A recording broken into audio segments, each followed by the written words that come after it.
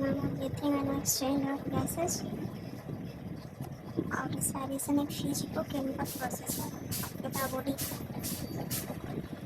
जिसमें ऑक्सीडेशन और ग्लूकोज होता है। As you have read earlier, oxygen is utilized by the organism to indirectly break down nutrient molecule, जो कि glucose होता है, एनर्जी को डिराइव करने के लिए, अलग अलग तरह का एक्टिविटीज परफॉर्म करने के लिए। और carbon dioxide is harmful is also released during the above catabolic reaction. It is therefore evident that O2 has to be continuously provided to the cell, और जो CO2 प्रोड्यूस होता है वो सेल से बाहर निकाला जाता है। इसी एक्सचेंज के प्रोसेस को O2 फ्रॉम एटमॉस्फेयर CO2 जो कि सेल में प्रोड्यूस होता है, उसी एक्सचेंज के प्रोसेस को ब्रीथिंग कहते हैं, जिसको कॉमनली रिस्पायरेशन कहा जाता है। और इस चैप्टर में रिस्पायरेटरी ऑर्गन और उसका जो ब्रीथिंग का मैकेनिज्म होता है उसी के बारे में पढ़ना है। Mechanism of breathing respiratory organ, जो ब्रीथिंग का मैकेनिज्म होता है वो अलग अलग एनिमल में अलग अलग होता है और डिपेंड करता है हैबिटेट पे और लेवल ऑफ ऑर्गेनाइजेशन पे। लोअर इनवर्टिब्रेट है, जैसे स्पॉन्जेज है, सिलेंट्रेट है, प्लेटफॉर्म है, ये सब में एक्सचेंज ऑफ जो O2 होता है with CO2 bye simple diffusion द्वारा होता है पूरे बॉडी सरफेस से। और अर्थवर्म में होता है वो मॉइस्ट क्यूटिकल को यूज करता है। और इंसेक्ट होता है उसमें नेटवर्क ऑफ ट्यूब होता है, ट्रेकियल ट्यूब होता है to transport atmospheric air within the body. A special vascularized structure called gills are used by most of the aquatic arthropods and molluscs, whereas vascularized bag called lungs are used by terrestrial form for exchange of gases. और vertebrate में जो उसमें vertebrate में fish आता है वो gills use करता है, और reptile bird mammals lungs use करता है रेस्पिरेशन के लिए। Amphibians like frog can respire through their moist skin. Also, mammals have a well-developed respiratory system. Sponges, ciliate, flatworm सब बॉडी सरफेस से रेस्पिरेशन करता है। अर्थवर्म होता है जो मॉइस्ट क्यूटिकल से पड़ता है। इंसेक्ट ट्रेकियल ट्यूब से पड़ता है। Aquatic arthropods and molluscs gills से पड़ता है। Branchial respiration. Human respiratory system. We have a pair of external nostrils opening out above the upper lips. It leads to a nasal chamber through the nasal passage. The nasal chamber opens into the pharynx and the portion which is common passage for food and air. और जो pharynx होता है open through the larynx region into trachea. Larynx जो होता है cartilaginous box होता है जो कि साउंड प्रोडक्शन में हेल्प करता है, इसीलिए इसको साउंड बॉक्स कहते हैं। During swallowing glottis can cover by a thin elastic cartilaginous flap called epiglottis to prevent entry of food into the larynx. Trachea एक स्ट्रेट ट्यूब है और मिड थोरेसिक कैविटी तक एक्सटेंड रहता है, जो कि at the level of hip thoracic vertebra पे दो भाग में डिवाइड हो जाता है, right and left primary bronchi. और जो हर ईच ब्रोंकाई होता है undergoes repeated divisions to form secondary and tertiary and bronchioles, ending up in very thin terminal bronchioles. The trachea, primary, secondary, tertiary bronchi and initial bronchioles are supported by incomplete cartilaginous ring जो कि C-shaped होता है, और each bronchiole are supported by incomplete cartilaginous ring. Each terminal bronchiole give rise to a number of very thin, irregular and vascularized bag-like structure called alveoli. The branching network of bronchi, bronchiole and alveoli comprises the lungs.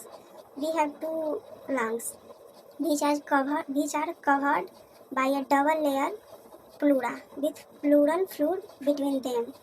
It reduces friction on the lung surface.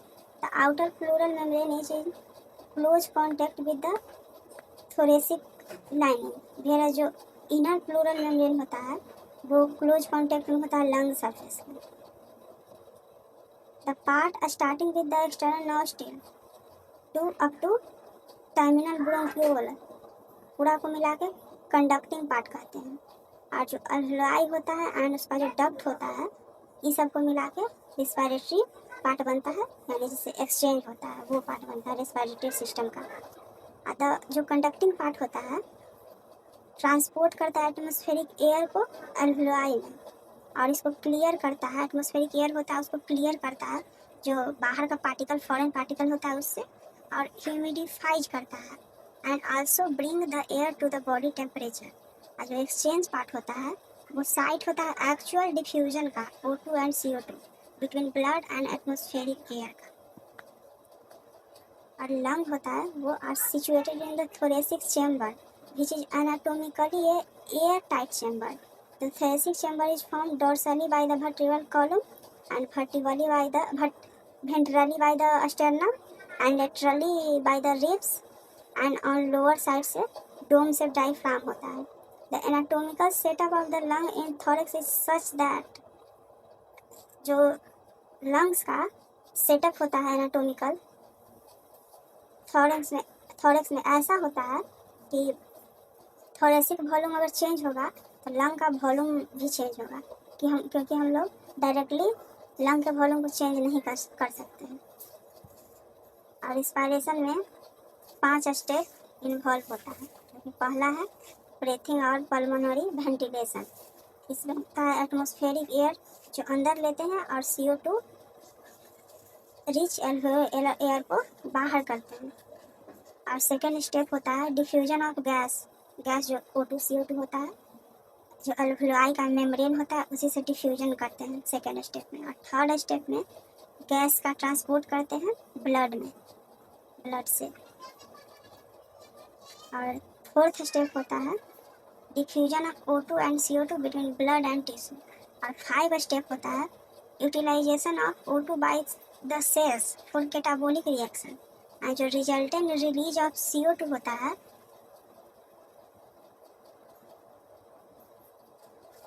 Fifth step में utilization of O2 करते हैं by the cell for catabolic reaction, और जो CO2 resultant होता है उसको release करते हैं। अब है mechanism of breathing. Breathing involves two stages inspiration and expiration. Expiration उसको कहते हैं during which atmospheric air is drawn in, और इंस्पायरेशन इसको कहते हैं during which atmospheric air is drawn in, and expiration इसको कहते हैं जिसके द्वारा एल्वियोलर एयर होता है उसको रिलीज आउट करते हैं। The movement of air into and out of the lung is carried out by creating a pressure gradient between the lungs and the atmosphere. Inspiration can occur if the pressure within the lung, intrapulmonary pressure, is less than the atmospheric pressure. That is, there is a negative pressure in the lung with respect to atmospheric pressure.